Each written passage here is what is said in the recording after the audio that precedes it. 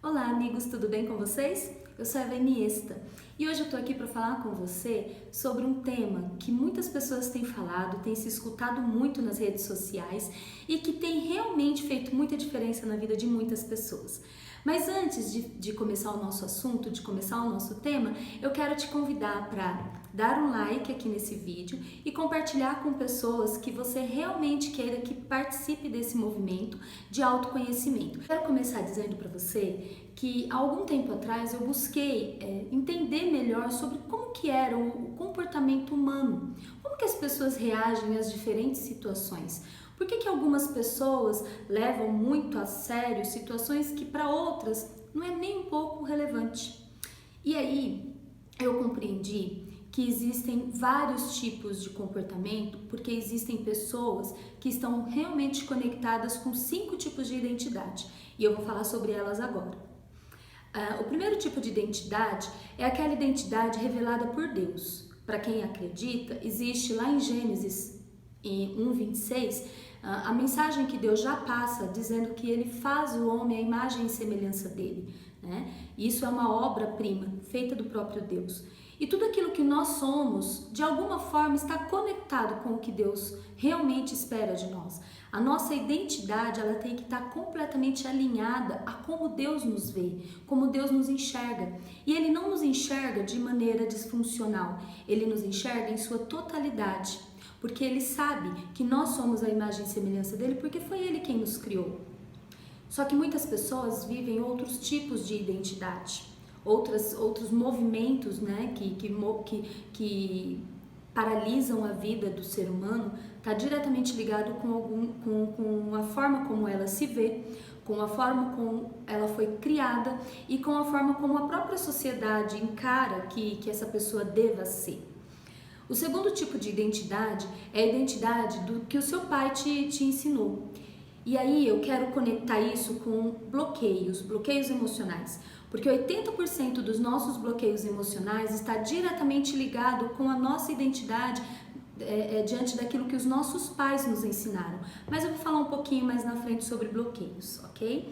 E o que é a nossa identidade com base naquilo que os nossos pais nos ensinaram? Ela está diretamente ligada com os nossos comportamentos, com os nossos temperamentos, com as nossas personalidades e muitas vezes, muito parte do nosso bloqueio está diretamente ligado com a forma com que os nossos pais trouxeram verdades na nossa vida. E aí a gente começa a entender que algumas coisas são verdades absolutas e começa a moldar a nossa identidade diante daquilo que os nossos pais nos ensinaram. Eu vou te dar um exemplo. Você já viu aquele menino de 6 meses, 7 meses e que o pai já coloca uma camiseta de um time?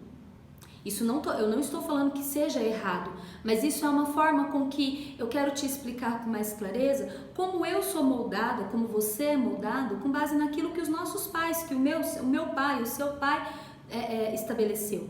Muitas pessoas nem sabem por que torcem para um determinado time. Vou te dar outro exemplo. Existem as religiões. Eu, por exemplo, sou católica, mas existem pessoas que nasceram em berço evangélico. E aí eu quero mostrar para você que ainda não estou dizendo o que é certo, o que é errado. Eu estou dizendo para você que esse é um exemplo de identidade colocada pelos nossos pais. Muitas vezes as coisas acontecem na nossa vida sem a gente sequer perguntar, mas porque nós estamos conectados com a identidade que os nossos pais nos deram. Esses são 2 exemplos, mas existem vários outros. O terceiro tipo de identidade é aquela identidade que é classificada pelo que o seu país te ensinou, ou seja, a sua cultura, aquilo que você aprendeu dentro do país que você nasceu. Por exemplo, no Brasil, né? As pessoas são amigáveis, as pessoas são mais acolhedoras, e em países como a Alemanha, por exemplo, como a França, por exemplo, as pessoas são mais neutras, mais na delas, não tem muita intimidade de toque. Isso também está relacionado com a identidade que é pautada com base no país que você nasceu.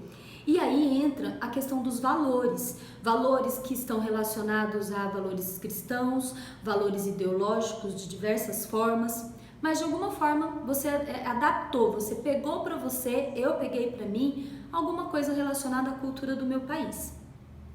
O quarto tipo de identidade, ele está conectado com uma forma como eu me vejo. Como eu enxergo o mundo a partir do meu olhar? Como eu me vejo diante do espelho. Tudo isso determina muita coisa.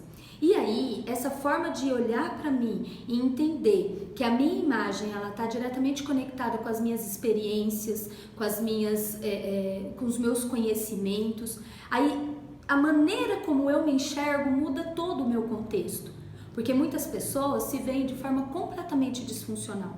Você conhece aquele amigo, aquela amiga, que quando alguém dá um elogio, ela fala, mas eu não sou tão bonito assim, porque de alguma forma é assim que ela se vê. Ou aquela pessoa que toda hora tá falando, ai, mas como eu tô gorda, como eu sou gorda. Isso também é uma forma de classificar a tua autoimagem, a forma como você se vê.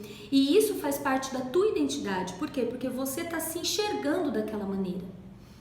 O quinto tipo de identidade é aquela identidade relacionada com as pessoas mais íntimas me veem. Como os meus amigos, as pessoas do meu círculo social, meus parentes mais próximos. E ali entra uma questão, algo que está relacionado com necessidade de aprovação alheia. Quando você acredita numa pessoa, quando você confia nessa pessoa, qualquer coisa que você perguntar para ela e ela falar que não tá legal ou que tá muito bonito, vai modificar totalmente o seu contexto, diretamente ligado com aquilo que você escolher para você. E aí eu quero te dizer uma coisa, existem esses 5 tipos de identidade, eles têm feito um barulho tremendo na vida do ser humano, no modo geral. Porque os bloqueios, os nossos bloqueios emocionais, que é o que eu vou falar agora, eles estão diretamente ligados a esses 5 tipos de identidade.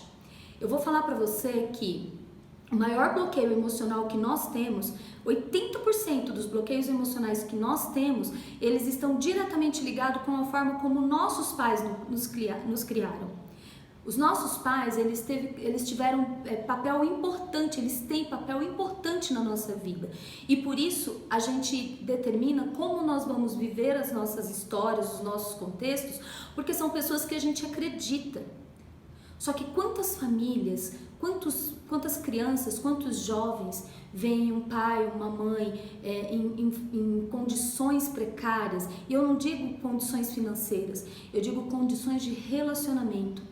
Quantas brigas crianças veem em casa, traição, alcoolismo, vícios de diversas formas. E aí, nós crescemos, eu cresço, você cresce, dentro de um cenário, e um cenário que não foi colocado por nós propriamente falando, mas que foi colocado por pessoas que nós amamos. E aí a gente entende que certas coisas, por pior que elas sejam, são normais. Só que aí eu quero te dizer uma coisa, você, nós não precisamos viver cenários que não são nossos e que destroem a nossa identidade. Porque a nossa identidade, ela está equalizada, ela precisa estar equalizada direto no Criador. Porque o nosso Deus, ele não vê a gente de forma disfuncional. Só que muitas vezes, um casamento distorcido, uma separação, um vício dentro de casa, faz com que a gente acredite que tudo isso é normal e que não tem problema se de repente a gente trair, ou que não tem problema se de repente a gente entrar num vício por uma questão emocional. E a gente sabe o quanto certas coisas têm destruído as famílias hoje em dia. Quando eu falo para você de equalizar a nossa identidade, a sua identidade, com base no que Deus estabeleceu para você, lá em Gênesis 1:26, eu quero dizer para você que você não precisa apagar a tua história, basta ressignificar e equalizar com aquilo que Deus espera de você, com aquilo que Deus propõe para você. Vou te dar um exemplo. Você pode falar assim para mim, mas Eva, eu não posso apagar tudo que eu vivi com os meus pais. Meu pai bebia, meu pai batia na minha mãe, e isso doeu em mim. E eu posso te dizer que isso trouxe de alguma forma um bloqueio emocional em você. E esse seu bloqueio precisa ser ressignificado, tá? Quando eu falo que precisa ser ressignificado, eu falo que ele precisa ter um novo olhar, ele precisa ser visto de uma nova forma, de uma maneira mais madura e de uma maneira mais saudável. Olhar para a história do passado vai fazer com que nós entendamos o quanto nós somos traços, o quanto nós somos resultados de outras pessoas, sejam os nossos pais, sejam a nossa sociedade, sejam as pessoas com quem a gente se relaciona, mas principalmente como eu me vejo diante de tudo isso, como você se vê diante de tudo isso. Na neurociências, fala-se muito de bloqueios emocionais, de crenças limitantes. Eu não gosto muito do termo crenças limitantes, eu vou ser bem sincera em dizer para você, mas isso eu posso explicar num outro momento, num outro vídeo. O que eu quero que você entenda é que as mesmas coisas que você tem como limite e que te impedem de realizar tudo aquilo que você nasceu para realizar, está conectado com os seus bloqueios emocionais. Eu vou te dar um exemplo. Um jovem, uma criança que no período de escola sofreu bullying. Essa criança, na fase adulta, ela pode ter medo. Medo de se expor, medo de falar em público, medo de se relacionar com outras pessoas. E ela também pode tá destruindo a autoimagem dela até hoje, porque lá atrás alguém falou para ela que ela era gorda, que ela era feia, que ela era de alguma característica pessoal dessa pessoa pode de alguma forma estar bloqueando ela no que ela realmente nasceu para ser. E é aí onde entram os bloqueios emocionais. A neurociência explica que para as crenças limitantes, os bloqueios emocionais, são tudo aquilo que nós ouvimos, tudo aquilo que nós vimos e tudo aquilo que nós sentimos ao longo da nossa vida, por repetição ou por impacto emocional. Eva, o que é por repetição e por impacto emocional? Vou falar de repetição. Quando você era criança, dos seus 3 aos seus 10 anos de idade, e você tinha o seu pai que era alcoólatra, ele chegava em casa diversas vezes bêbado, quantas vezes brigava, quantas vezes gritava, quantas vezes batia na tua mãe ou até mesmo em você. Isso gerou em você uma repetição. Quantas vezes você viu isso? E aí você pode falar assim, Eva, faz sentido, porque hoje eu não posso nem ver bebida alcoólica na minha frente. Ou então você pode falar assim pra mim, Eva, faz sentido, porque eu realmente não consigo controlar o meu vício com a bebida. Isso é um bloqueio que foi gerado por repetição. Agora eu vou te dar um exemplo, uma criança que sofre um bloqueio num momento específico por impacto emocional. Uma situação, vou falar do meu bloqueio, vai. Quando eu tinha 8 anos de idade, eu sofri uma queimadura no meu rosto. Aquela queimadura gerou um impacto emocional muito forte em mim. E a partir de então, eu tive medo de concluir coisas que até então eram simples de concluir. Por quê? Porque foi gerado um bloqueio lá atrás de que se eu fosse além, eu poderia me queimar. E ali eu entendi que aquilo era um bloqueio emocional em mim. Eu entendi que aquilo foi um impacto emocional que eu tive num evento específico. E aí eu fui tratar esse bloqueio. Aí eu fui ressignificar aquele evento que aconteceu na minha vida. E na neurociências, a gente trabalha essa questão dos bloqueios emocionais e cria novos caminhos neurais, sinapses neurais. Eu não quero falar termos difíceis aqui porque eu não quero ser técnica, eu quero acessar esse conteúdo em você de forma simples. Mas o que acontece quando um bloqueio é gerado no nosso cérebro? Nós criamos esse bloqueio, é como se... Eu vou te dar um exemplo metafórico, tá? Supondo que você está num campo e você está caminhando e na tua frente você vê um monte de mato. Aquele mato te impede de seguir adiante. E aí você pode ficar travado e não conseguir concluir a sua caminhada, porque aquele mato foi o teu bloqueio. Supondo que esse mato seja o meu bloqueio emocional relacionado à minha queimadura. Se eu não conseguir ir adiante com as coisas que eu faço, esse mato, esse bloqueio, ele está me impedindo de fazer o que eu tenho que fazer. E aí, o que eu tenho que, como eu tenho que lidar com isso? Eu olho para aquele mato, eu olho para aquele cenário e tenho opções. A primeira opção é, ou eu deixo e paro a caminhada que eu quero fazer, ou eu pego de alguma forma sozinha e vou arrancar aquilo com a mão, vou, sei lá, com algum instrumento, com alguma coisa que realmente possa abrir o caminho para mim, ou eu peço ajuda de alguém que tem um trator, uma escavadeira, alguma coisa para que possa abrir o caminho para mim e eu poder fazer minha caminhada. Assim é o bloqueio emocional.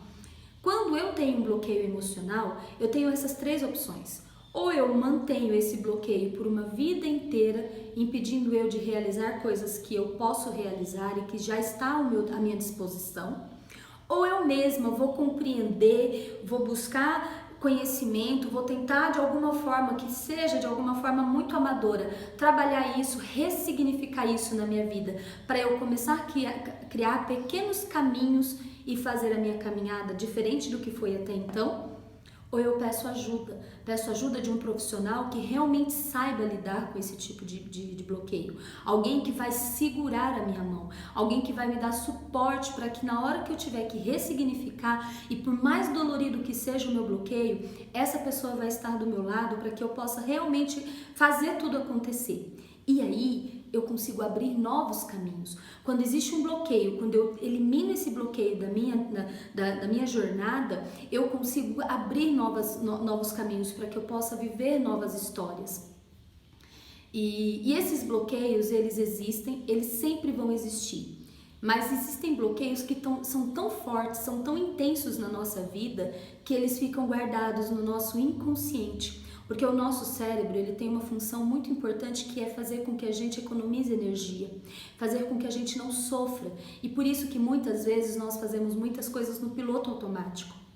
Só que quando nós acessamos certos bloqueios emocionais, nós temos a oportunidade de uma vez por todas, fazer uma nova caminhada, ter novos resultados e assim não viver mais do passado.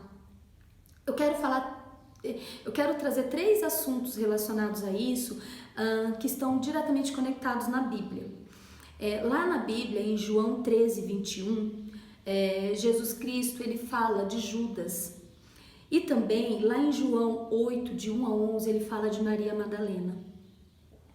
E por que eu quero falar dessas 2 figuras? Porque eu quero trazer uma explicação que é bíblica, que é real e que de alguma forma fez muita diferença quando eu fui compreender sobre todos os meus bloqueios. E aí eu conectando isso com todos os meus bloqueios, eu tive uma opção. Aliás, eu poderia ter 2 opções. Ou eu não entenderia nada e deixava isso para lá, ou eu simplesmente faria como uma dessas 2 pessoas, porque eles não são personagens, eles existiram, como uma dessas 2 pessoas agiu. Eu vou te falar como foi com Judas. Jesus Cristo, quando ele escolheu os discípulos, ele escolheu Judas Iscariotes. Ele já sabia que Judas ia trair ele. Ele já sabia que Judas ia dar a vida dele mesmo em troca de moedas. Judas, por sua vez, não tinha essa clareza de como ia ser, mas ele foi escolhido por Jesus e até então ele estava na caminhada com Jesus. Num dado momento, ele foi a pessoa quem traiu Jesus. Ele foi aquele quem vendeu Jesus por moedas. E ali eu quero conectar isso com aquilo que eu falei dos tipos de identidade. Judas, por mais que ele tivesse ao lado de alguém tão especial como Jesus Cristo, por mais que ele tivesse ao lado da única pessoa, a única pessoa viva que estava ali, que é o nosso Salvador, que morreu para que nós tivéssemos a salvação, por mais que ele soubesse que ele era amado por Jesus Cristo, ele foi lá e ele traiu Jesus Cristo. Ele viveu 2 tipos de identidade. Ele teve a possibilidade de permanecer em uma delas. A identidade que Judas poderia ter permanecido era do filho amado, do filho querido, daquele que teria realmente a salvação do próprio Jesus. Mas ele escolheu viver a identidade do mundo. Ele escolheu viver a identidade de terceiros. Ele escolheu viver uma identidade de uma autoimagem distorcida. Ao vender Jesus Cristo por moedas de prata, se eu não me engano, ele mostrou para ele mesmo que ele não estava conectado na fonte. Ele mostrou para ele mesmo que ele não estava conectado no Cristo, aquele que iria dar vida por ele.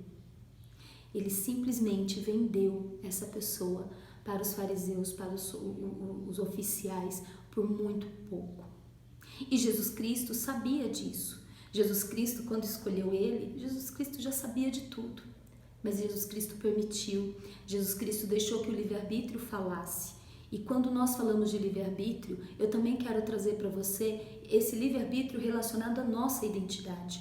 Quantas vezes nós temos a oportunidade de viver com base na nossa sociedade, de viver com base nas coisas que as pessoas falam?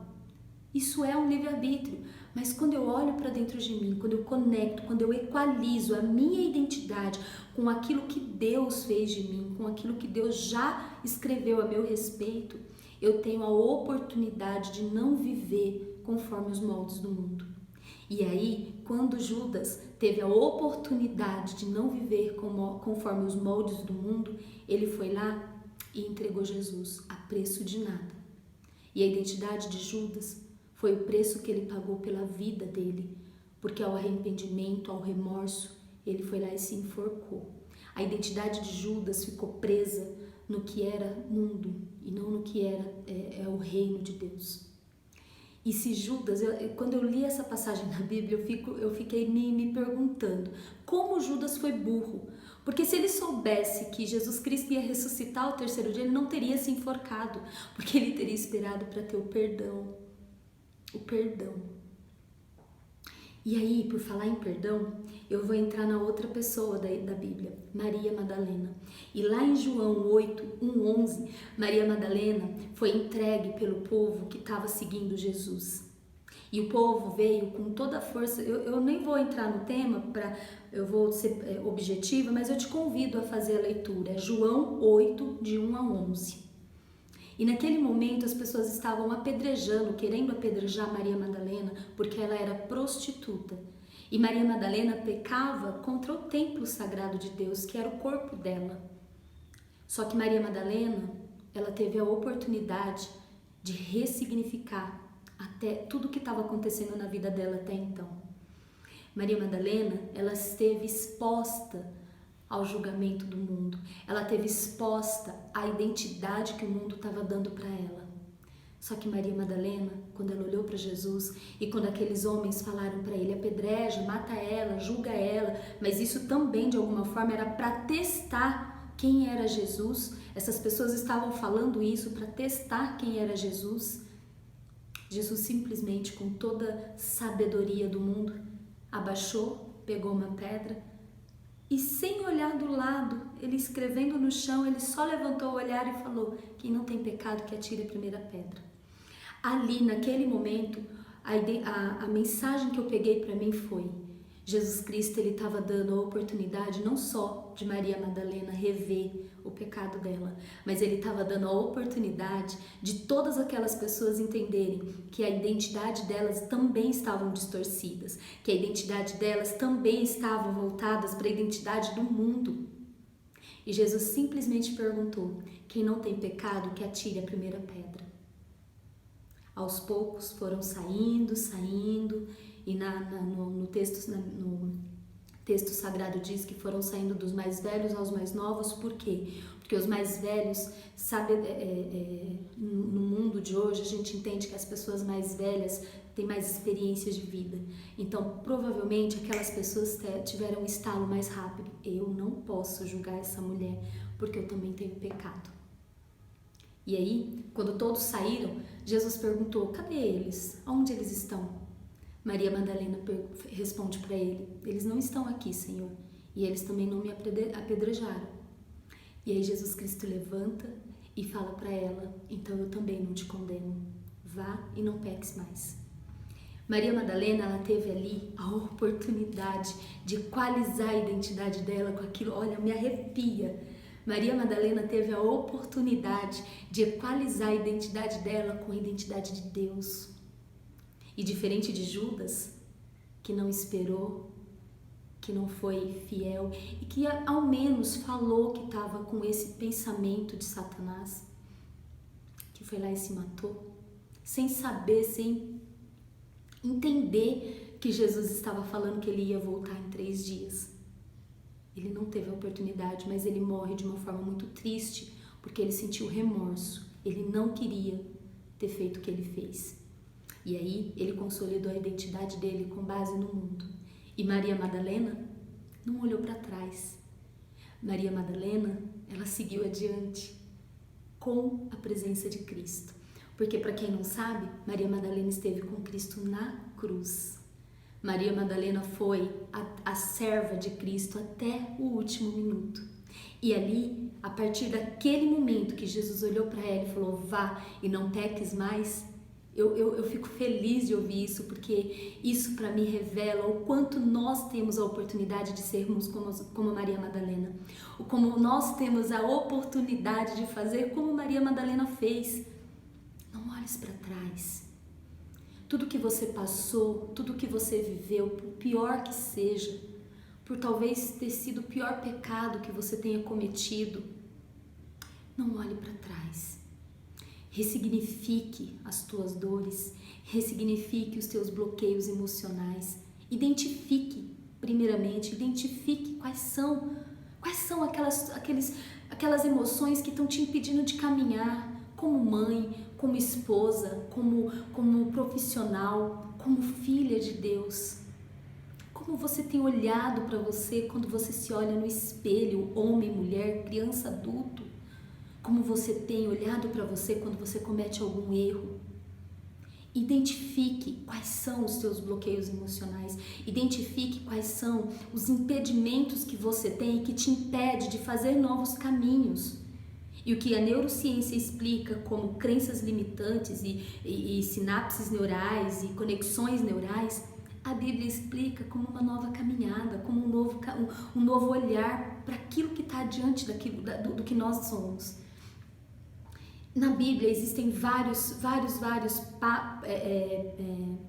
passagens de pessoas que olharam para trás, de pessoas que não tiveram uma perspectiva naquilo que elas sonhavam e naquilo que elas mereciam. Eu vou te dar 2 exemplos. Em Gênesis, quando Deus deu um comando para os seus anjos de destruir Sodoma e Gomorra, porque Sodoma e Gomorra era um lugar onde onde os habitantes pecavam contra o Espírito, contra Deus. Quando ele deu esse comando para que os anjos destruíssem aquela cidade, lá tinha um homem bom, que era o sobrinho de Abraão, que era Ló. E Ló era casado, tinha mulher e filhas. E Deus mandou, Abraão falou para Deus: Senhor, mas meu sobrinho está lá. E Deus deu o comando para que os anjos tirassem Ló de lá. E quando os anjos tiraram, a pedido de Deus, eles falaram: vá e não olhe para trás. E os anjos tinham dado o comando para Ló e sua família. A mulher de Ló olhou para trás e se tornou pedra, como Deus tinha determinado que seria. E Ló, ele simplesmente seguiu adiante, e ele não sabia nem para onde ele ia, porque o lugar que os anjos mandaram ele ir, ele nem sabia como chegar, mas ele simplesmente não olhou para trás e seguiu adiante, enquanto a sua mulher se tornou pedra, porque talvez, eu não sei te dizer se existia algo que segurava essa mulher em Sodoma e Gomorra. Eu te convido também à leitura, lá em Gênesis, eu acho que é Gênesis 8. Eu não sei o que segurava essa mulher olhar para trás, mas alguma coisa segurava. E ela não era sábia, porque se ela fosse sábia, ela teria obedecido Deus. Então ela se tornou pedra e não seguiu adiante, enquanto Ló seguiu adiante e fez teve uma história depois, Também é uma história um pouco desafiadora, mas vale a pena a leitura também. Outro momento da Bíblia foi quando Deus ordenou que Moisés libertasse o povo do Egito, tirasse o povo do Egito e mandasse para a terra prometida. Aquele povo vivia em escravidão absoluta. O faraó já não entendia mais o que era Deus, porque ele se achava o próprio Deus. E aquelas pessoas estavam a pão e água, e olha lá, muitos deles talvez nem tivessem o que comer, de tão escravizados que eram.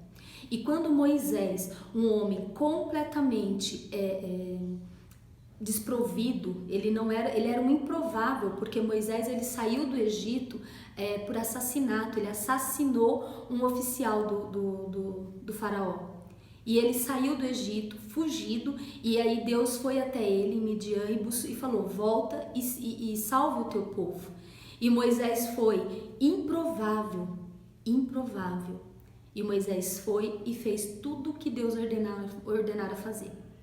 E aquele povo reclamou por 40 anos no deserto, quando saíram do Egito. E essas pessoas, todo o tempo, aqueles que mais reclamavam, todo o tempo falavam assim: antes tivesse ficado lá no Egito, porque lá eu tinha pelo menos um lugar para encostar minha cabeça e dormir. E por 40 anos, muito pouco daquelas pessoas viram a Terra Santa, porque reclamaram e olharam para trás. Então, eu quero deixar essa mensagem para você. Eu de alguma forma, isso mexeu muito comigo, eu não poderia deixar essa mensagem só em mim. Eu senti muito forte isso, de passar para o maior número de pessoas que viessem ver esse vídeo, porque muitos de nós estamos olhando para trás, muitos de nós estamos deixando de viver a vida que Deus colocou no nosso coração muito antes do nosso nascimento, muito antes da gente chegar nessa terra. E nós estamos perdendo a perspectiva da terra prometida, porque estamos olhando para trás. Então, para finalizar, eu quero te convidar a entender mais qual é a identidade que você tem dado força, qual é a identidade que você tem alimentado aí em você. E com essa identidade, você conseguir compreender se você realmente está tendo os resultados, se você realmente está sendo a pessoa que você nasceu para ser. Eu te convido a também olhar para os seus bloqueios emocionais, ver o que tem te impedido de viver uma vida plena, ver o que tem te impedido de viver uma vida feliz, uma vida simples, e ressignifica. Eu acredito muito, muito mesmo, que muitas coisas estão mudando, muitas pessoas estão acordando. E eu verdadeiramente creio que quando você compreender que a identidade que talvez você esteja levando e achando que aquela identidade é a real, quando você equalizar a tua autoimagem, aquilo que você realmente pensa a seu respeito, como você se vê, a partir do momento que você equalizar essa identidade com o Deus que te criou, você vai ver que a sua identidade não é para esses resultados que você está tendo. Você é merecedor, você é merecedora de muito mais. Então o meu convite é esse. E quanto aos bloqueios, quanto às tuas emoções, quanto às tuas crenças limitantes, eu também te convido a ressignificar, a compreender, a tomar consciência de quais são e tomar consciência de que os resultados que elas estão te trazendo realmente são os resultados que você quer. Se não for, eu te convido a compreender e a ressignificar tudo isso, tá? Eu vou deixar meu telefone aqui embaixo, vou deixar meu e-mail, meu contato. E se você quiser saber mais, pode entrar em contato direto comigo. Eu vou ficar muito feliz em te ajudar e de alguma forma trazer junto com você consciência para que você realmente tenha uma vida, a vida plena que Deus tem para você. Eu agradeço de você estar me acompanhando aqui neste canal, e eu posso te dizer uma coisa: o dia que você souber, o dia que você tiver plena convicção de tudo isso que eu tô te falando e do que você realmente nasceu para ser, o dia que você souber realmente qual é a tua identidade, você vai se tornar alguém inabalável. E é isso que eu espero, e é isso que eu desejo que você seja, alguém inabalável. Um forte abraço e até a próxima.